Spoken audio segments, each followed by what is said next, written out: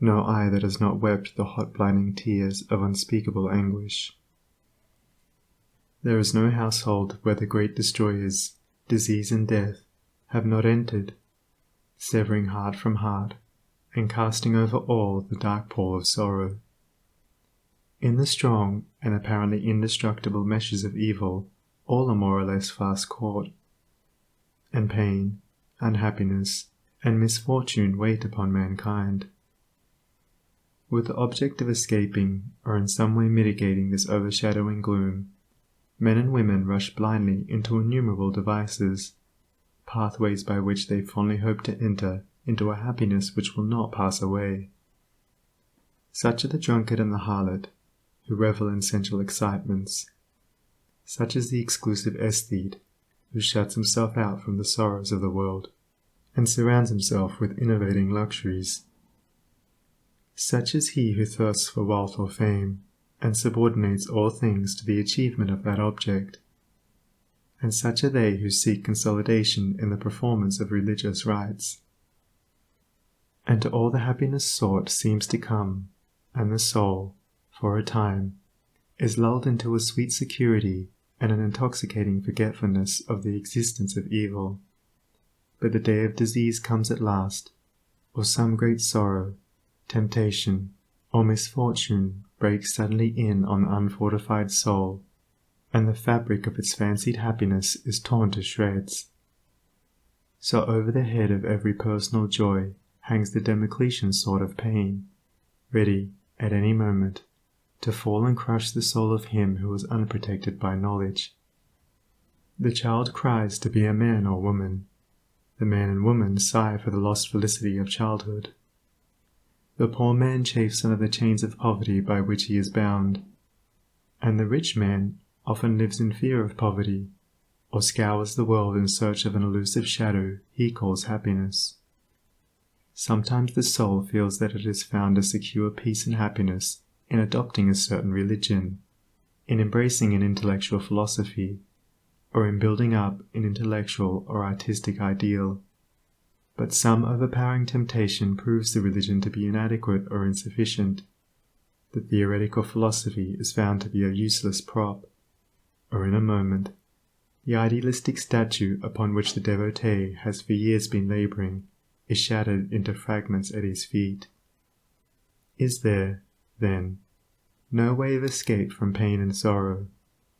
Are there no means by which bonds of evil may be broken? Is permanent happiness, secure prosperity, and abiding peace a foolish dream? No, there is a way, and I speak it with gladness, by which evil can be slain forever. There is a process by which disease, poverty, or any adverse condition or circumstance can be put on one side, never to return. There is a method by which a permanent prosperity can be secured, free from all fear of the return of adversity, and there is a practice by which unbroken and unending peace and bliss can be partaken of and realized. And the beginning of the way which leads to this glorious realization is the acquirement of a right understanding of the nature of evil. It is not sufficient to deny or ignore evil. It must be understood. It is not enough to pray to God to remove the evil. You must find out why it is there, and what lesson it has for you. It is of no avail to fret and fume and chafe at the chains which bind you. You must know why and how you are bound. Therefore, reader, you must get outside yourself, and must begin to examine and understand yourself. You must cease to be a disobedient child in the school of experience, and must begin to learn, with humility and patience, the lessons that are set for your edification and ultimate perfection. For evil, when rightly understood, is found to be not an unlimited power or principle in the universe, but a passing phase of human experience, and it therefore becomes a teacher to those who are willing to learn. Evil is not an abstract something outside yourself. It is an experience in your own heart, and by patiently examining and rectifying your heart, you will be gradually led into the discovery of the origin and nature of evil, which will necessarily be followed by its complete eradication. All evil is corrective and remedial, and is therefore not permanent. It is rooted in ignorance of the true nature and relation of things, and so long as we remain in that state of ignorance, we remain subject to evil. There is no evil in the universe which is not the result of ignorance, and which would not, if we were ready and willing to learn its lesson, lead us to higher wisdom, and then vanish away. But men remain in evil, and it does not pass away, because men are not willing or prepared to learn the lesson which it came to teach them. I knew a child who, every night when its mother took it to bed, cried to be allowed to play with the candle, and one night, when the mother was off guard for a moment, the child took hold of the candle. The inevitable result followed, and the child never wished to play with the candle again. By its one foolish act it learned perfectly the lesson of obedience, and entered into the knowledge that fire burns. And this incident is a complete illustration of the nature, meaning, and ultimate result of all sin and evil. As the child suffered through its own ignorance of the real nature of fire, so older children suffer through their ignorance of the real nature of the things which they weep for and strive after, and which harm them when they are secured. The only difference being that in the latter case the ignorance and evil are more deeply rooted and obscure. Evil has always been symbolized by darkness, and good by light, and hidden within the symbol is contained the perfect interpretation, the reality. For, just as light always floods the universe, and darkness is only a mere speck or shadow cast by a small body intercepting a few rays of the illimitable light, so the light of the Supreme Good is the positive and life-giving power which floods the universe, and evil the insignificant shadow cast by the self that intercepts and shuts off the illuminating rays which strive for entrance. When night folds the world in its black impenetrable mantle, no matter how dense the darkness, it covers but the small space of half our little planet, while the whole universe is ablaze with living light, and every soul knows that it will awake in the light in the morning.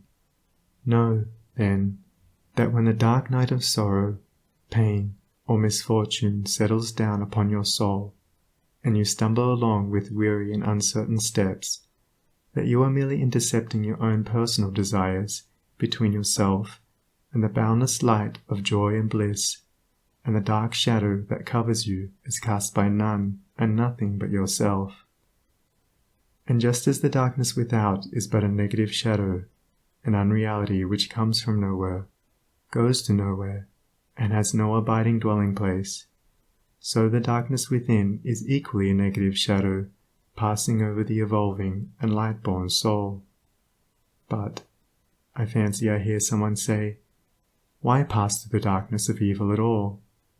Because, by ignorance, you have chosen to do so, and because, by doing so, you may understand both good and evil, and may more appreciate the light by having passed through the darkness. As evil is the direct outcome of ignorance, so, when the lessons of evil are fully learned, ignorance passes away, and wisdom takes its place. But as a disobedient child refuses to learn its lessons at school, so it is possible to refuse to learn the lessons of experience, and thus remain in continual darkness, and to suffer continually recurring punishments in the form of disease, disappointment, and sorrow. He, therefore, who would shake himself free of the evil which encompasses him, must be willing and ready to learn, and must be prepared to undergo that disciplinary process without which no grain of wisdom or abiding happiness and peace can be secured. A man may shut himself up in a dark room, and deny that the light exists, but it is everywhere without, and darkness exists only in his own little room. So you may shut out the light of truth, or you may begin to pull down the walls of prejudice, self-seeking, and error which you have built around yourself, and so let in the glorious and omnipresent light.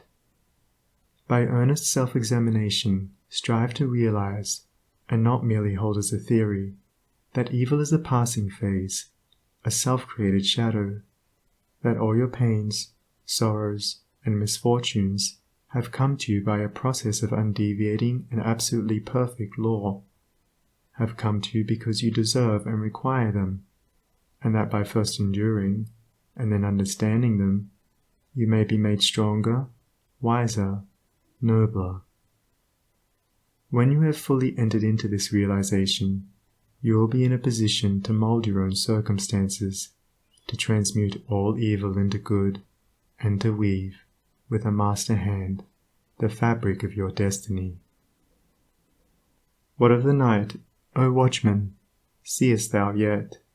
The glimmering dawn upon the mountain heights, the golden herald of the light of lights. Are his fair feet upon the hilltop set? Cometh he yet to chase away the gloom, and with it all the demons of the night? Strike yet his darting rays upon thy sight? Hearest thou his voice, the sound of error's doom? The morning cometh, lover of the light. Even now he gilds with gold the mountain's brow. Dimly I see the path whereon even now his shining feet are set toward the night. Darkness shall pass away, and all the things that love the darkness and that hate the light shall disappear forever with the night. Rejoice, for thus the speeding herald sings. End of foreword and chapter 1. Recording by Sunny Abdullah.